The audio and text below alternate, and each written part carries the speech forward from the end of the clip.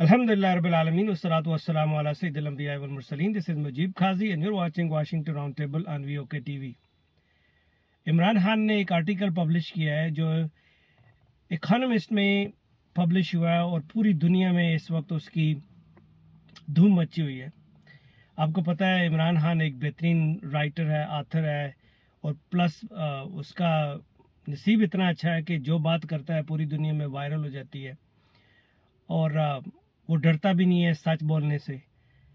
Unfortunately क्या होता है कि जो अंदर की बातें होती हैं जो छुपा के रखते हैं बुज़दिल किस्म के लीडर्स, वो फिर 20-30 साल के बाद 40 साल के बाद बाहर निकलती हैं। यूएस के अंदर भी आपने देखा होगा 20-30 ईयर्स के बाद डी क्लासिफिकेशन हो जाती है कुछ क्लासिफाइड इंफॉर्मेशन की।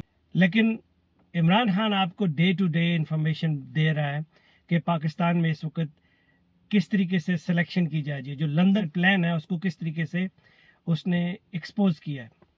1757 की बात है, आपको याद होगा कि उस वक्त का जो सब कॉन्टिनेंट था उसमें 565 के करीब स्टेट्स थी, जिनमें से चंद एक प्रिंसली स्टेट थी और उनमें से कुछ बड़ी रिच स्टेट्स होती थी, जिसमें एक स्टेट थी जो बंगाल थी। स्टेट ऑफ बंगाल जो थी वो बे ऑफ बंगाल पे थी और वहाँ पे बिजनेस बहुत ज़्यादा होता था और ईस्ट इंडिया कंपनी जब वहाँ पे अपने पांव जमा रही थी और जितनी भी स्टेट्स थी उनके जो रूलर्स थे उनका ईस्ट इंडिया कंपनी के साथ एग्रीमेंट ये होता था कि आप अपने फोर्ट नहीं बनाएंगे, आप अपनी फोर्सेस नहीं बनाएंगे, आप अपने बेसिकली मिलिशिया फोर्सेस नहीं बनाएंगे, सिर्फ बिजनेस करेंगे। लेकिन चूंकि ईस्ट इंडिया कंपनी का पर्पज़ बिजनेस नहीं था, ईस्ट इंडिया कंपनी का पर्पज़ हुक्मरानी थी, सब कॉन्टिनेंट को टेक ओवर करना था, तो वो उन्होंने फोर्ट भी बनाना शुरू कर दिए और उन्होंने अपना मलेशिया भी बनाना शुरू कर दिया। स्टोरी को शॉर्ट करता हूँ। इसी असना में क्या होता है कि जब सिराजुद्दौला बंगाल के जो नवाब ऑफ बंगाल बन गए तो उन्होंने अपनी क्लियर इंस्ट्रक्शन दी थी कि हम आपके साथ उस वक्त बिजनेस करेंगे जब आप हमारी जो स्टेटेड पॉलिसीज है उसके अगेंस्ट नहीं जाएंगे, लेकिन दे डिड दैट। इस दौरान उन्होंने ऑब्वियसली डिसएग्रीमेंट हुआ, उनकी पुलिस ने आके जो नवाब ऑफ बंगाल थे उनकी फोर्सेस का एक बंदा मार दिया।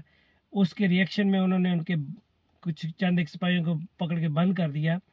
लेकिन उसके अंदर जो गद्दार थे उन्होंने क्या किया कि उन गद्दारों ने, सुनने में ये कहा जाता है कि एक सेल था जिसमें 4-5 लोग जा सकते थे उसी के फोर्ट के अंदर, तो अंग्रेज़ों ने उस वक्त के जो लॉर्ड क्लाइड थे उन्होंने ये प्ली इख्तियार की कि एक सेल के अंदर 170 लोगों को किस तरीके से आप रख सकते हैं।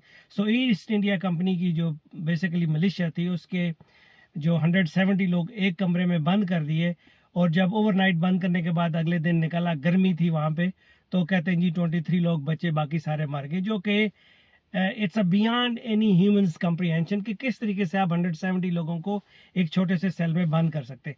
Anyway, so that whole episode is called black whole.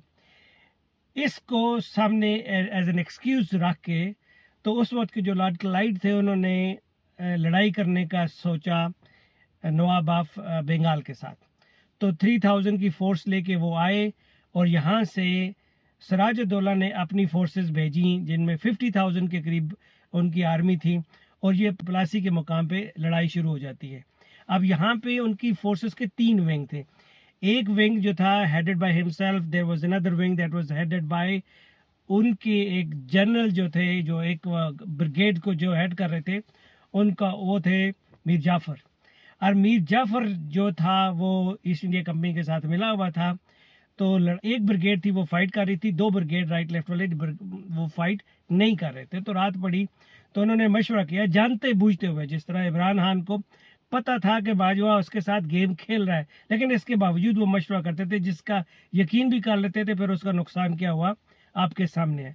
तो जब सिराजुद्दौला ने मशवरा किया मीर जाफर के साथ, तो मीर जाफर ने कहा कि हमें लड़ाई फिलहाल रोक देनी चाहिए और रिट्रीव करना चाहिए। जब उनको रिट्रीव करने का कहा तो पीछे उसने मैसेज भेज दिया लॉर्ड क्लाइड को कि आप अपनी फोर्सेस को भेज के हमला कर दें। तो वो जो लड़ाई उस वक्त हुई, जो वार हुआ, वहाँ पे नुकसान जो बर्दाश्त करना पड़ा सिराजुद्दौला की फोर्सेस को, उसके नतीजे में 200 साल तक अंग्रेज़ ने सब कॉन्टिनेंट में हुकूमत की। सो कहने का मकसद ये है कि जब तक आपकी सफ़ों के अंदर गद्दार मौजूद रहेंगे आपके साथ इसी तरह की गेम्स होती रहेंगी। अभी जो पाकिस्तान के पास एक अच्छा मौका है कि आप अपने मीर जाफ़र को पहचान लें, मीर सादक को पहचान लें, जो लोग कंस्पिरेसी करते हैं उनको पहचान लें, तो आप आज़ाद हो जाएंगे। वरना आपके सामने है सारी सिचुएशन।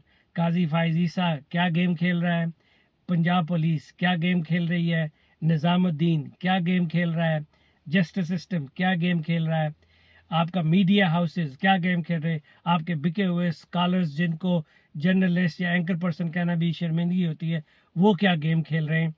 इस वक्त अगर पाकिस्तानी कौम ना जागी, गुलामी आपका मुकद्दर है। अगली वीडियो तक इजाज़त दीजिए। अस्सलाम वालेकुम रहमतुल्लाहि व बरकातुहू।